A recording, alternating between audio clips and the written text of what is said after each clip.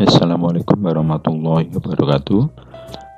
Selamat berjumpa kembali teman-teman di mata kuliah ilmu tanah, di mana kita sudah menginjak di pertemuan kelima, dan di pertemuan kelima ini kita akan melanjutkan bahasan kita. Sebenarnya masih berkaitan dengan proses pembentukan tanah, di mana di pertemuan keempat kemarin kita sudah membahas tentang bagaimana sih proses pembentukan tanah, apa saja proses-proses yang ikut serta di dalamnya. Kemudian kita sudah membahas terkait dengan awal mula terbentuknya tanah, proses pelapukan sampai kepada proses tahap pembentukan tanah itu. Terus di pertemuan kali ini kita akan membahas beberapa faktor yang dapat mempengaruhi dari proses pembentukan tanah itu sendiri. Karena kenapa tanah itu di berbagai tempat itu bisa berbeda-beda? Karena apa ya? Karena dari proses pembentukannya atau proses perkembangannya tanah itu dikontrol oleh beberapa faktor yang menyebabkan nanti hasil akhir dari tanah yang terbentuk itu dia akan berbeda-beda di setiap tempat. Oleh karena itu kita akan bahas beberapa faktor yang nanti akan mempengaruhi terhadap proses pembentukan tanah itu sendiri. Oke, kita mulai. Nah, ini sedikit mengulang dari yang kemarin sudah kita bahas bahwa proses pembentukan tanah itu terdiri dari 4 tahapan gitu. Jadi yang tahap pertama yaitu ada proses disintegrasi dari batuan induk atau bedrock disintegration. Nah, itu adalah proses penghancuran agregat batuan induk gitu dari proses pertama oleh proses pelapukan. Kemudian dari proses itu maju ke proses kedua di mana terdapat organik material karena sudah ada rekan-rekan pada batuan menyebabkan akan ada tumbuhan-tumbuhan pionir sehingga nanti ada organik material atau bahan organik yang nanti akan bercampur dengan batu mineral, bahan-bahan mineral yang berasal dari batuan. Tahap kedua. Kemudian tahap ketiga terbentuk yang namanya horizon gitu. Terbentuk namanya horizon A, horizon tanah atas permukaan dan seterusnya. Dan tahap keempat yaitu soil atau tanah itu dia semakin berkembang atau develop. Jadi perkembangan horizonnya semakin lanjut ditandai dengan munculnya beberapa horizon seperti horizon B, horizon E, horizon O dan seterusnya. Itu adalah prosesnya, ada 4 tahapan gitu ya. Nah, kemudian ini yang kemarin juga yaitu proses pembentukan profil tanah. Jadi profil tanah di suatu tempat itu dia juga ada proses pembentukannya. Kenapa di setiap tempat itu profilnya itu berbeda-beda? Profil tanahnya ada yang horizonnya O, ada yang atasnya itu ada O, ada langsung A, ada yang tidak ada E-nya, ada yang ada E-nya dan seterusnya. Kenapa? Karena ada beberapa proses pembentukan. Pertama ada 4 nih secara umum. Jadi ada proses penambahan, ada proses pengurangan horizon, ada proses perubahan atau transformasi dan juga proses translokasi gitu nggih. Ada proses penambahan. Proses penambahan itu apa maksudnya? Dia masuknya partikel baru dari tanah ke dalam suatu profil tanah gitu nggih. Nah, bisa berasal dari partikel sedimen dari di sekelilingnya atau berasal dari partikel perpindahan dari atas ke bawah gitu nggih. Atas penambahan itu lingkungan sekitar dapat berupa bertambahnya bahan organik dan juga bahan non organik gitu. Jadi intinya adanya penambahan itu ya ditambah. Jadi tanahnya itu ditambah horizonnya. Contohnya apa? Contohnya pada reklamasi di lahan tambang itu. Di lahan tambang itu ketika awal akan dibuka biasanya itu horizon A-nya itu diambil. Kemudian nanti ketika sudah habis tambangnya horizon A nanti dikembalikan lagi. Itu adalah proses penambahan. Kemudian ada proses pengurangan, yaitu pengurangan itu jelas karena pengurangan partikel tanah baik yang secara alami maupun secara buatan. Kalau yang alami itu karena erosi gitu ya. Kemudian ada pengurangan senyawa kimia menjadi miskin basah dan juga tinggal SiAl itu karena proses leaching atau pelindian. Itu juga termasuk dari proses pengurangan gitu. Kemudian ada proses translokasi atau perpindahan. Perpindahan ini ya perpindahan dari misalnya dari atas ke bawah, dari lapisan tanah atas ke bawah, dari bawah ke atas. Karena apa? Karena proses infiltrasi, karena ada air kapiler yang naik sehingga memindahkan banyak senyawa garam di atas. Karena ada proses pengaduan oleh aktivitas organisme dan juga akibat siklon slide atau retakan pada tanah vertisol juga bisa. Kemudian ada perubahan, yaitu proses perubahan senyawa tanah menjadi senyawa baru gitu ya. Akibat dari proses-proses kimiawi seperti hidrolisis, hidratasi, oksidasi, reduksi dan seterusnya. Dan nanti akan berakibat atau berdampak pada perwarnaan pada tanah itu sendiri. Nah, setelah teman-teman tahu kemarin terkait dengan proses pembentukan tanah dan juga sampai kepada proses-prosesnya, pertanyaan sekarang, kenapa kok di setiap tempat itu bisa berbeda? Ya karena ada faktor pengontrolnya dari pembentukan tanah. Kenapa di setiap tempat itu ada yang kecepatan pembentukan tanahnya itu ada 1 cm per hari, ada yang 1 cm per tahun, ada yang 5 cm per tahun dan seterusnya. Berbeda-beda. Kenapa? Karena ada faktor pengontrolnya. Menurut Jenny pada tahun 1941, faktor pengontrol tanah atau faktor pembentuk tanah, soil is a function of COPRT itu ya. Jadi itu menurut Jenny. Jadi soil itu dia ada beberapa faktor pembentuknya. Ada 5 faktor pembentuk tanah. Ada COPRT. C itu apa? C itu climate atau iklim. O itu apa? O itu adalah organisme atau organisme. P itu adalah parent material atau batuan induk, dan R itu adalah relief, T itu adalah time atau waktu. Jadi yang mempengaruhi faktor pembentukan tanah itu ada 5 faktor ini menurut Jenny. COPRT termasuk faktor lain-lain atau faktor lokal lain-lain yang juga ikut berdampak terhadap tanah. Itu menurut Jenny pada tahun 1941. Tetapi dalam perkembangannya, karena ada berbagai macam perkembangan keilmuan di dalam tanah, ada riset-riset terbaru terkait tanah dan seterusnya, menyebabkan yang other faktor ini akhirnya setelah diteliti ternyata ada satu faktor lagi yang juga sebenarnya secara global dia tidak hanya lokal ya, secara global tapi juga ikut mempengaruhi terhadap proses pembentukan tanah. Nah, kemudian menurut Dudal pada tahun 2004 mengeluarkan satu teori bahwa ada satu tambahan faktor lagi yang sebenarnya ikut berperan dalam pembentukan tanah untuk menambahkan dari faktor yang Jenny ini, yaitu faktor human atau faktor manusia. Karena sekarang manusia itu dianggap dia bisa melakukan rekayasa dengan sedemikian rupa terhadap tanah untuk apa? Untuk memenuhi kebutuhan hariannya, untuk aktivitas pertanian, aktivitas perkebunan dan seterusnya. Manusia itu bisa mengambil, sehingga faktor pembentuk tanah itu ada climate, iklim, C, O, organisme atau organisme, P, parent material atau batuan induk, R, relief atau topografi, T itu time, dan yang terakhir yaitu human, termasuk juga other faktor atau faktor lokal gitu. Itu faktor pembentuk tanah. Dan kita akan bahas satu persatu. Pertama, iklim. Apa sih iklim yang mempengaruhi terhadap faktor pembentukan tanah? Yang pertama adalah kaitannya dengan suhu dan kelembaban. Jadi kalau kita berbicara iklim itu kan parameternya banyak sekali ya. Ada curah hujan, suhu, kelembaban, sinar matahari dan seterusnya banyak sekali. Tetapi apa yang mempengaruhi terhadap faktor pembentuk tanah? Yang mempengaruhi terhadap faktor pembentuk tanah yang pertama adalah suhu dan kelembaban. Bagaimana suhu dan kelembaban ini bisa mempengaruhi terhadap proses pembentukan tanah? Nah, adanya perbedaan suhu yang tinggi itu bisa mempercepat pelapukan fisik. Kemarin kita berbicara tentang proses pembentukan tanah. Awal mula tanah itu terbentuk kan karena proses pelapukan. Dan dari pelapukan itu terbagi menjadi 3. Ada pelapukan fisik atau mekanik, pelapukan kimia, dan juga pelapukan biologi.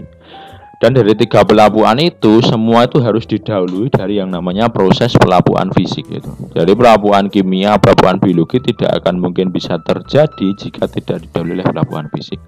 Jadi pelapukan fisik menjadi utama. Sementara pelapukan fisik bisa terjadi akibat apa? Salah satunya adalah perbedaan suhu yang sangat drastis gitu. Contohnya misalkan di tempat kita, misalkan di pagi sampai siang itu dia panas, kemudian setelah sore malam dia dingin, kembali lagi besok harinya itu pagi panas lagi, dingin lagi dan seterusnya. Karena perbedaan yang sangat mencolok menyebabkan dia mempercepat pelapukan fisik, sehingga bisa mempercepat terjadinya pembentukan tanah.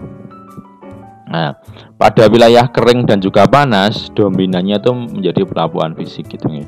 Jadi karena terutama di wilayah-wilayah gurun gitu ya, wilayah gurun yang dia cenderung kering dan juga memiliki suhu yang panas, biasanya yang dominan untuk mempercepat atau untuk membentuk tanah itu dia adalah pelapukan fisik. Sementara pada daerah lembab dan juga basah dominannya adalah pelapukan kimia.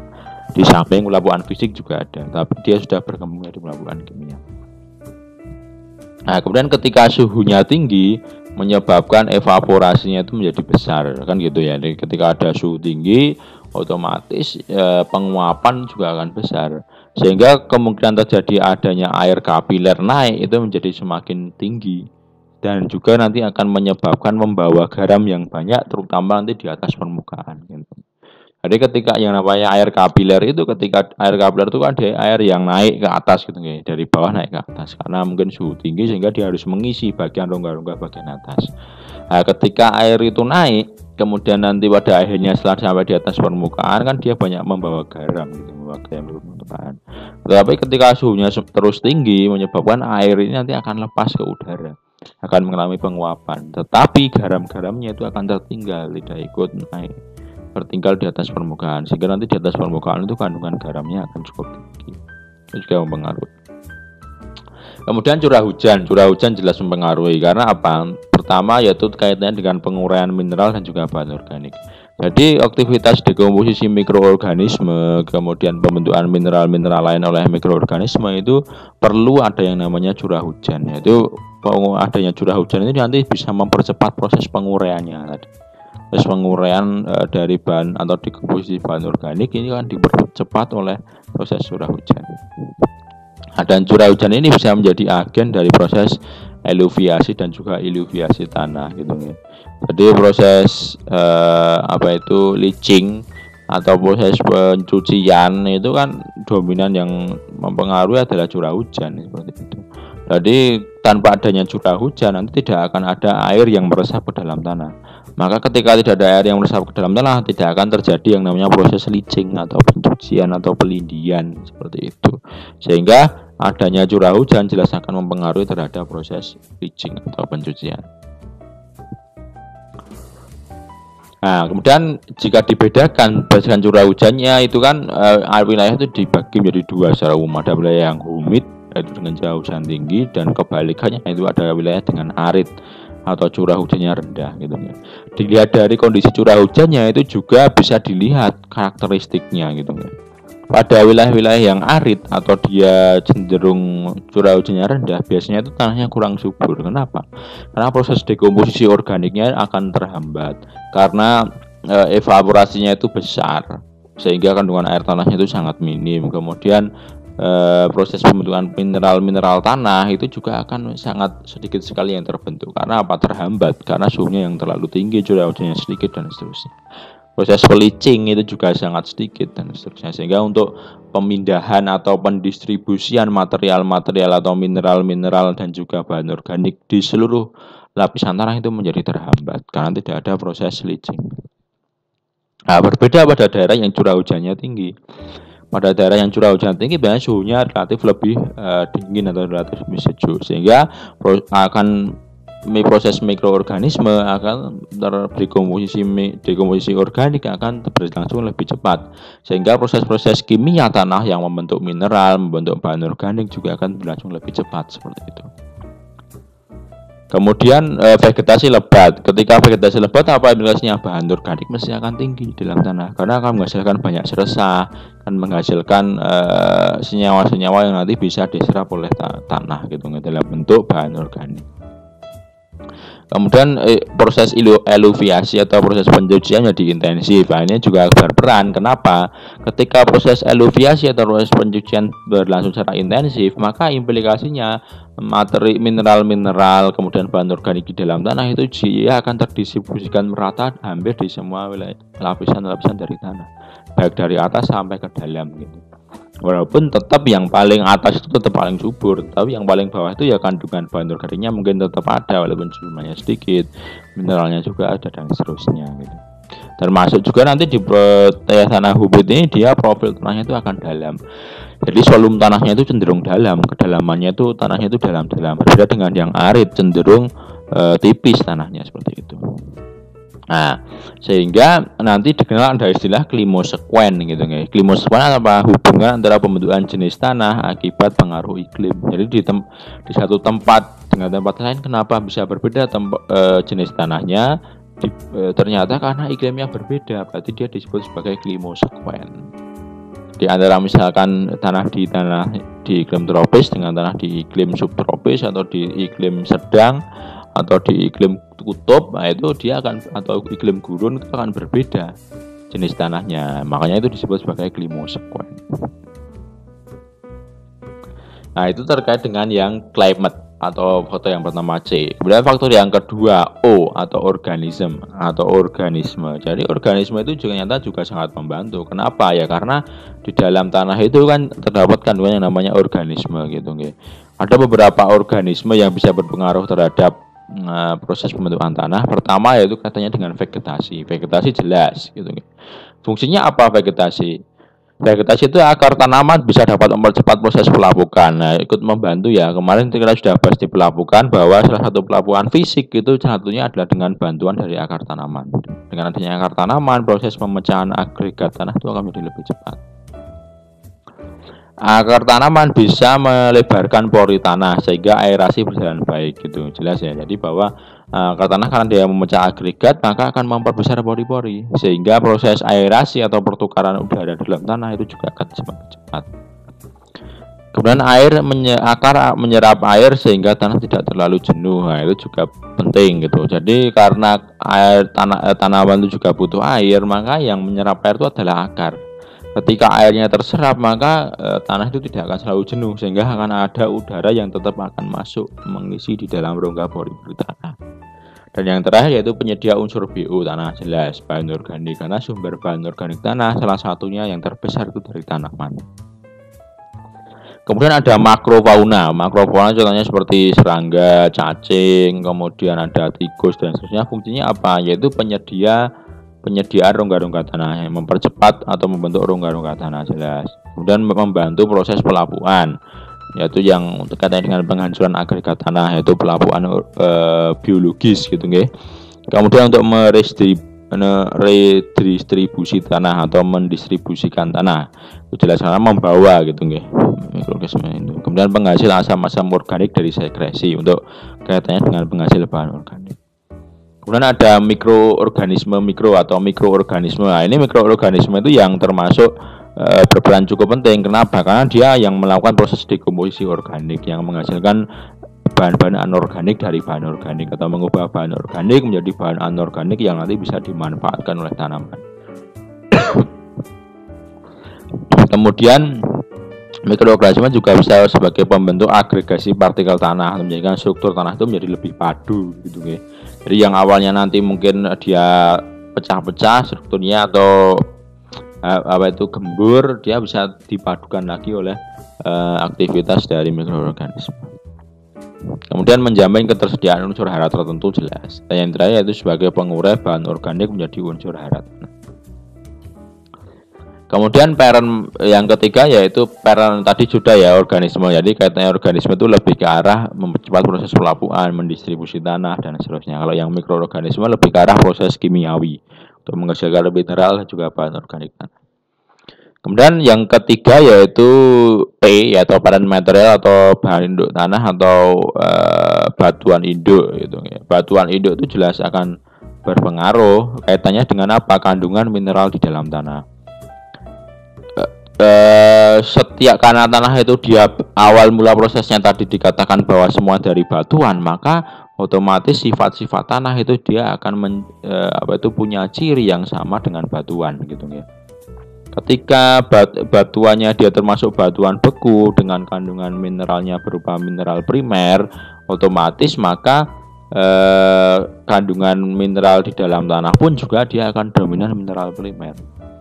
Berbeda lagi kasusnya pada ketika batuan itu dia berkembang dari yang namanya batuan sedimen, sehingga nanti dominannya cenderung lebih banyak ke mineral sekunder karena rata-rata batuan sedimen itu dia kandungan mineralnya berupa mineral sekunder seperti itu. Nah, kemudian terkait dengan selain dari mineral terkait dengan resistensi juga. resistensi terhadap kaitannya dengan proses pelapukan. Ada beberapa batuan yang dia sangat resisten terhadap pelapukan dan tidak resisten terhadap pelapukan gitu. Batuan yang dia resisten atau tidak peka yang tidak peka terhadap proses pelapukan itu contohnya batuan beku, batuan metamorfik. Jadi dia cenderung susah untuk dilapukkan karena dia strukturnya padu, keras dan seterusnya. Sehingga apa? Ketika pelapukannya itu berjalan lambat, otomatis proses pembentukan tanahnya pun juga akan berlangsung lambat. Berbeda dengan batuan sedimen yang dia tidak resisten. Sehingga ketika terjadi pelapukannya itu akan berlangsung intensif. Sehingga apa? Sehingga proses pembentukan tanah pun juga akan lebih cepat.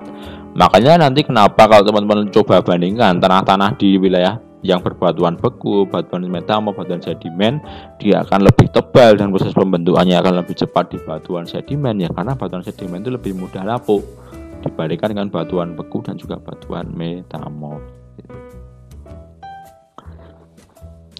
Nah, kemudian ini tadi ya yang kaitannya dengan bahan material itu juga kaitannya dengan pelapukan mineralnya juga. Jadi di kandungan mineralnya. Jadi ketika batuan itu dia mengandung mineral primer ya otomatis nanti kandungan tanahnya pun juga mineralnya juga mineral primer.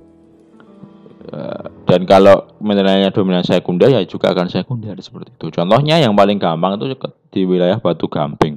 Batu gamping itu kan kandungan Ca dan CO3-nya tinggi. Nanti tanah yang terbentuk pun juga kandungan kalsiumnya juga akan tinggi.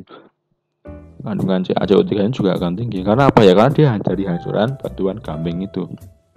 Nah, di bahan material ini atau batuan induk sendiri, karena batuan induk itu mempengaruhi terhadap proses pembentukan jenis tanah, maka dikenal dengan istilah lithosequence. Kalau tadi kan ada climosequence, sekarang ada lithosequence, yaitu adalah penyebaran jenis tanah karena pengaruh dari batuan induk itu.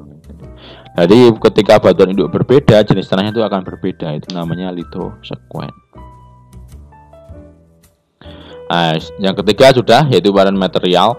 Bahan material itu lebih ke arah kandungan komposisi kimia gitu ya. Jadi batuan dan juga kaitannya dengan proses pelapukan cepat atau tidaknya. Ada yang batuan resisten, ada yang tidak resisten seperti itu. Kemudian yang keempat yaitu adalah relief atau topografi. Ya, topografi itu kalau teman-teman mengenal topografi itu kan ada banyak, ada mulai dari datar, landai, berombak, bergelombang, berbukit dan juga bergunung. Nah, ini apa kaitannya berpengaruh terhadap pergerakan airnya atau pergerakan erosinya seperti itu. Pada tanah-tanah yang miring atau topografi seperti berbukit, bergunung, proses erosi itu akan lebih berlangsung intensif dibandingkan pada daerah yang datar, landai dan seterusnya. Sehingga ketika ada proses erosi, maka tanah itu akan cepat kehilangan tanah seperti itu. Ketika tanah itu cepat kehilangan tanah, otomatis proses pembentukannya pun juga akan berlangsung lebih lama. Proses perkembangannya pun akan berlangsung lebih lama. Termasuk selam tanahnya juga akan cenderung tipis seperti itu. Berbeda dengan pada wilayah-wilayah yang datar gitu ya. Pada wilayah yang datar, proses erosi karena pergerakan air tanahnya yang lambat menyebabkan erosinya juga cenderung tidak cepat atau ringan saja, sehingga kecepatan untuk kehilangan tanah itu juga lambat, sehingga perkembangan tanah itu juga akan lebih berjalan intensif ya, seperti itu. Jadi nanti mungkin ketika teman-teman bandingkan tanah pada wilayah yang datar, miring, berombak dan seterusnya, biasanya yang paling tebal itu dia pada wilayah yang datar. Tetapi pada wilayah yang berbukit, bergunung, pada topografi yang miring, biasanya tanahnya dia cenderung akan tipis. Karena apa? Karena hilang terus oleh erosi. Bahkan kalau tanahnya mengalami longsor, itu lebih parah lagi, akan lebih tipis lagi. Seperti itu. Nah, contohnya pada batuan induknya pasir kuarsa, tanahnya bergelombang menjadi potsolik merah kuning. Kemudian kalau yang pada daerah datar menjadi hidromorf. Pada batuan induk vulkan andesit, pada daerah tanah yang datar menjadi latosol, yang bergelombang menjadi latosol merah coklat. Karena apa? Karena banyak air yang masuk ke situ ya. Kemudian berbukit latosol coklat, bergunung andosol dan seterusnya. Ini adalah contoh-contoh dari perbedaan tanah berdasarkan relief gitu ya. Jadi setiap relief tanah itu dia akan berbeda-beda, sehingga dikenal dengan istilah toposequence gitu ya. Jadi hubungan pembentukan jenis tanah akibat pengaruh bentuk wilayah. Jadi persebaran jenis tanah yang diakibatkan dari pengaruh bentuk wilayah atau pengaruh dari topografi. Nah, kemudian yang terakhir menurut Jenny itu adalah T. Kan tadi sudah C, climate, O, organism, P, parent material, R, relief, dan yang terakhir itu T atau time atau waktu. Bagaimana time atau waktu mempengaruhi terhadap proses pembentukan tanah? Ya kaitannya ini tergantung dari batuan induk, iklim, jasad hidup, dan juga bentuk wilayah. Jadi ibaratnya time ini adalah salah satu parameter yang dia tidak bisa berdiri sendiri seperti itu ya. Jadi yang namanya time ini juga sangat bergantung dari 4 parameter atau 4 faktor pengontrol lain yang di depan kita dengan batuan induk, iklim, jasad hidup, dan juga bentuk wilayah. Kaitannya time atau waktu ini lebih ke arah kaitannya umur dari tanahnya itu sendiri. Pada tanah-tanah yang berumur lebih lama, biasanya itu proses pembentukan tanahnya dia akan berlangsung lebih cepat, atau dia proses perkembangan tanahnya akan lebih cepat dibandingkan pada tanah-tanah yang dia baru sih berumur muda, ada tahap perkembangan awal seperti itu. Nah, contoh kasusnya misalkan pada daerah tropika dengan kondisi curah hujan yang besar, temperatur tinggi, vegetasi lebat, maka pembentukan tanah dari batuan induk itu hanya perlu 50 tahun gitu. Jadi karena dia proses pelapukannya lebih cepat dan juga ada pemicu dari pelapukan yang juga lebih banyak, menyebabkan proses pembentukan tanah dari batuan induk menjadi tanah itu hanya membutuhkan waktu 50 tahun. Berbeda pada daerah yang dia arid, mungkin dia lebih lama, mungkin bisa sampai 100 tahun. Itu katanya dengan waktu. Contoh lain misalnya pada bahan induk abu vulkan gitu ya, itu hanya perlu 14 tahun, lebih cepat lagi. Karena apa? Karena abu vulkan itu dia sudah materialnya sudah lepas-lepas, tidak perlu pelapukan lebih lanjut, dia sudah bisa membentuk tanah sendiri. Sehingga hanya perlu 14 tahun seperti itu. Nah, itu katanya waktu. Sehingga waktu ini hanya berkaitan lebih ke arah lama atau tidaknya tanah itu sudah terbentuk seperti itu. Atau dia mendukung dari 4 faktor lain, yaitu kaitannya dengan batuan induk, iklim, jasad hidup, dan juga bentuk wilayah seperti itu. Nah, itu kayak dengan Jenny. Kemudian sehingga dari menurut Jenny dulu kemudian ditetapkan oleh Moore, ternyata tanah itu ada tahap fase pembentukannya gitu. Ada terbagi menjadi 4 fase gitu menurut Moore. Jadi dulu ketika Jenny mengeluarkan faktor pengontrol tanah yang 5+1 tadi yang other factor atau faktor lokal, COPRT plus faktor lokal, kemudian Moore itu membagi gitu. Oh ternyata dari faktor pengontrol ini tanah itu dia mengalami fase pembentukan tanah gitu. Terbagi di 4, ada tahap juvenil, ada tahap permulaan dulu, tahap permulaan, tahap juvenil, tahap viril, tahap senil, dan juga tahap terakhir gitu. Nah, tahap permulaan kapan dikatakan sebagai tahap permulaan? Ketika bahan induk itu baru mengalami proses pelapukan. Kalau tadi di awal atau kemarin kita sudah bahas itu di tahap 1 gitu ini. Jadi belum ada perkembangan profil. Jadi masih batuan induk, masih mulai proses pelapukan. Kemudian tahap juvenil. Tahap juvenil itu proses perkembangan profil mulai berjalan gitu. Jadi sudah mulai terbentuk horizon C. Mungkin sudah sedikit mulai pionir terbentuk horizon A, sudah mulai di tahap juvenil. Kemudian tahap viril. Tahap viril itu merupakan tahap perkembangan dalam sangat optimum. Nah, tahap viril ini adalah perkembangan tanah atau perkembangan horizon tanah itu sudah mulai optimal. Jadi sudah terbentuk horizon A, horizon C, horizon B, horizon E mungkin dan seterusnya. Kemudian tahap senil itu merupakan proses perkembangan tanah sudah lanjut gitu. Jadi tanah-tanah yang sudah tua ibaratnya seperti itu. Jadi setelah tanah itu berkembang optimum, dia akan menurun kualitasnya gitu. Menurun kualitasnya apa? Karena tanahnya sudah tua, sudah relatif tidak banyak aktivitas organisme atau aktivitas kimia yang ada di situ, sehingga sudah masuk tahap ke tanah senil. Dan yang terakhir itu pada tahap terakhir, yaitu proses pelapukan sudah berakhir dan tanah itu sudah sangat tua. Dan dikatakan tanahnya itu justru cenderung lebih tidak subur lagi karena sudah tidak ada sama sekali aktivitas, tinggal hanya sisa-sisa dari aktivitas sebelumnya seperti itu. Nah, kemudian ini faktor terakhir ya yang dikembangkan oleh Duddell pada tahun 2004, yaitu salah satu faktor yang sekarang itu banyak, justru menurut saya itu lebih banyak mempengaruhi terhadap tanah gitu, adalah faktor manusia atau human gitu. Kenapa manusia itu masukkan asal usulnya ya? Karena manusia itu dalam pandangan geografis itu dikenal dengan istilah adanya kalau hubungan interaksi itu kan ada yang manusia membentukkan alam dan juga ada manusia yang bisa merekayasa alam seperti itu. Nah, sementara sekarang eranya itu manusia tidak hanya mengendalikan alam, tetapi sekarang manusia justru malah mereka kondisi alam termasuk kondisi tanah gitu. Kan sekarang banyak sekali cara-cara atau teknik-teknik yang dilakukan untuk merekayasa tanah. Untuk apa ya? Untuk meningkatkan kesuburan, untuk mengkonservasi dan seterusnya banyak sekali. Nah, sehingga manusia ini juga sebenarnya ikut mempengaruhi terhadap faktor pembentukan tanah. Nah, manusia bisa berpengaruh terhadap apa? Terhadap kaitannya dengan manipulasi pembentuk tanah aktif dan juga manipulasi pembentuk tanah pasif gitu. Kalau manipulasi pembentuk tanah aktif itu maksudnya apa? Maksudnya manusia itu bisa mengatur berbagai jenis faktor-faktor tadi ya, faktor-faktor yang mempengaruhi terhadap tanah. Contohnya tadi misalkan kaitan dengan relief. Awalnya reliefnya dia miring. Ketika miring terus pembentukan tanah itu akan lama, tapi sama manusia bisa didatarkan untuk lebih mempercepat. Atau katanya dengan kalau cuaca masih agak susah. Kaitannya dengan misalkan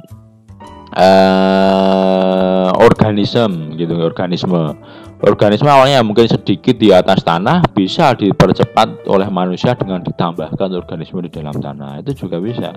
Itu katanya dengan manipulasi pembentuk tanah aktif. Jadi dia manusia itu memanipulasi faktor-faktor pembentuk tanah sehingga nanti pembentukan tanah itu lebih cepat gitu.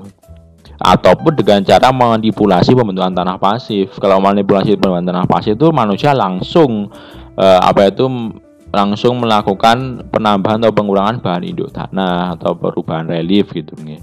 Jadi lebih ke arah langsung action gitu kalau yang pasif, sehingga langsung yang awalnya mungkin tanah ketebalannya itu 100 diuruk sama manusia menjadi 150, itu juga terjadi. Nah, ini contoh dari manipulasi kondisi lengas tanah gitu nih. Jadi contohnya dengan membuat irigasi atau menggenangkan tanah gitu. Contohnya di penggenangan sawah. Fungsinya untuk apa? Untuk penyediaan air bagi tanaman. Karena ada manipulasi pada kondisi lengas tanah, itu pengaruhnya apa terhadap tanah? Jadi pengaruhnya karena banyak air yang masuk ke dalam, banyak proses infiltrasi, maka menyebabkan proses pelindian juga berlangsung intensif. Gitu. Jadi proses perpindahan mineral-mineral dan juga bahan organik di dalam tanah itu juga akan berlangsung lebih intensif karena proses pelindian pun juga berlangsung lebih intensif seperti itu. Dan ketika tanah itu dia tergenang atau lengas tanahnya itu dia cenderung jenuh atau cenderung jenuh air, maka tidak akan ada kapilerisasi, tidak akan ada air yang naik, tidak ada evaporasi gitu. Kalau tidak ada kapilerisasi berarti garam itu tetap berada di lapisan bagian bawah, tidak akan naik ke atas. Itu katanya dengan pengaruh pembentukan tanah seperti itu. Jadi pelindian lebih efektif, kemudian tidak ada kapilerisasi untuk menyediakan air bagi tanaman dan seterusnya. Itu contoh manipulasi kondisi lengas tanah. Nah, kemudian manipulasi jenis vegetasi. Manusia itu bisa merubah yang awalnya vegetasinya itu dia heterogen menjadi homogenkan, jadi monokultur, itu bisa juga. Nah, kaitannya apa? Ketika vegetasi dia itu bersifat heterogen, maka mikroba yang ada di dalam tanah itu juga akan heterogen jenis-jenisnya. Karena apa? Mungkin si tumbuhan A ini dia butuh kandungan nitrogen yang lebih banyak, sehingga bakteri yang membentuk nitrogen akan berkembang. Tetapi beda pohon, mungkin dia kebutuhan fosfornya yang lebih banyak, sehingga bakteri yang membentuk fosfor mungkin yang lebih banyak, sehingga bakteri yang ada di dalam tanah atau mikroorganisme dalam tanah itu juga akan lebih beragam. Untuk apa? Untuk memenuhi kebutuhan si tanaman tadi yang beragam. Tetapi ketika manusia itu dia membuat jadi homogen atau jadi monokultur hanya satu jenis, misalnya jenis pisang tok. Sementara pisang mungkin hanya kebutuhan mineralnya hanya nitrogen, sehingga akan mematikan bakteri-bakteri yang tidak menghasilkan nitrogen, sehingga bakterinya yang ada pun juga akan homogen juga. Sehingga nanti kaitannya ketika bakteri yang hanya ada homogen, otomatis ya mineral tanah akan berubah. Kandungan yang akan tinggi itu hanya kandungan yang dia teruraikan oleh bakteri itu saja atau mikroorganisme itu saja. Misalkan yang berkembang hanya bakteri penghasil nitrogen, ya nanti kandungan nitrogennya yang akan banyak. Nah, seperti itu. Itulah pengaruh manipulasi jenis vegetasi. Jadi karena vegetasi beragam, otomatis mikroorganismenya beragam, kandungan mineralnya juga akan beragam. Tetapi ketika dia menjadikan monokultur, bakterinya menjadi homogen dan kandungan mineralnya juga akan berubah menjadi homogen. Nah, ini contohnya. Kemudian yang ini manipulasi yang pasif gitu ya. Jadi dengan manipulasi relief gitu ya. Manusia manipulasi relief itu contohnya melakukan terasering, yaitu mengubah yang miring menjadi relatif datar, yaitu untuk apa? Mengurangi limpasan permukaan sehingga bisa mempercepat pembentukan tanah. Volumenya tanah itu menjadi lebih tebal, seperti itu bisa terjadi. Kemudian dengan guludan, membuat guludan. Guludan itu apa? Tanaman pangan ditanam pada lorong tanaman pagar. Untuk apa? Untuk mengatasi laju limpasan, menambah sumber bahan organik, terutama nitrogen. Seperti itu. Ini contoh dari manipulasi relief oleh manusia. Jadi yang reliefnya awalnya miring didatarkan, yang mungkin datar agak dimiringkan bisa terjadi oleh manusia. Kemudian manipulasi bahan induk tanah. Nah, ini juga bisa melakukan penambahan dan juga pengurangan tadi yang sudah sempat kita awal dibahas, yaitu bahan induk tanah itu bisa ditambahkan oleh manusia. Dengan cara apa? Dengan cara pemupukan. Kandungan nitrogen NPK-nya rendah, oleh manusia ditambahkan pupuk NPK. Untuk apa? Untuk biar tanaman itu bisa menyerap NPK lebih banyak, seperti itu. Nah, ketika NPK itu ditambahkan dalam jumlah tertentu, maka jelas akan mempengaruhi karakteristik atau sifat tanah. Sifat kimia tanah bisa berubah, jelas. Sifat fisika juga bisa berubah karena ada proses penambahan itu, ataupun karena proses pengurangan ya itu pada ketika ditambang gitu. Tanah-tanah yang ditambang itu kan jelas akan berkurang. Ketika tanahnya berkurang, otomatis apa? Kesuburannya juga akan berkurang. Karena apa? Bahan organik, mineral yang tertambang itu atau terangkut atau terpindahkan itu atau terkurangi juga akan ikut terkurangi, akan ikut di dalam tanah yang dipindahkan itu bahan organik dan juga mineralnya, seperti itu. Nah, itu teman-teman kira-kira beberapa faktor yang mempengaruhi terhadap proses pembentukan tanah ya. Jadi secara umum dari awal tahap perkembangannya faktor pembentuk tanah itu dicetuskan oleh Jenny hanya ada 5 faktor tambah 1. 5 faktor yaitu COPRT, climate, organism, parent material, relief dan juga time. Ada satu lagi faktor yaitu faktor lokal gitu ya, tapi tidak bisa dijabarkan karena banyak sekali faktor lokal. Di setiap tempat itu mesti akan ada faktor lokalnya. Kemudian pada tahap perkembangannya pada tahun 2004 oleh Dudal ditambahkan satu faktor yang secara global ternyata mempengaruhi terhadap tanah, yaitu faktor human atau manusia. Karena apa? Manusia bisa merekayasa tanah. Sehingga karena manusia bisa merekayasa, otomatis tanah itu dia bisa dibentuk sedemikian rupa sehingga bisa membentuk yang namanya tanah. Nah, kira-kira itu saja teman-teman yang bisa saya sampaikan di pertemuan kelima kali ini. Semoga bisa menambah khasanah keilmuan teman-teman di bidang ilmu tanah dan juga untuk mendorong teman-teman belajar lebih banyak lagi dari berbagai literatur, seperti itu. Dan saya kira nanti jika ada hal-hal yang masih ingin ditanyakan, silahkan boleh ditanyakan melalui forum diskusi di Psikologi.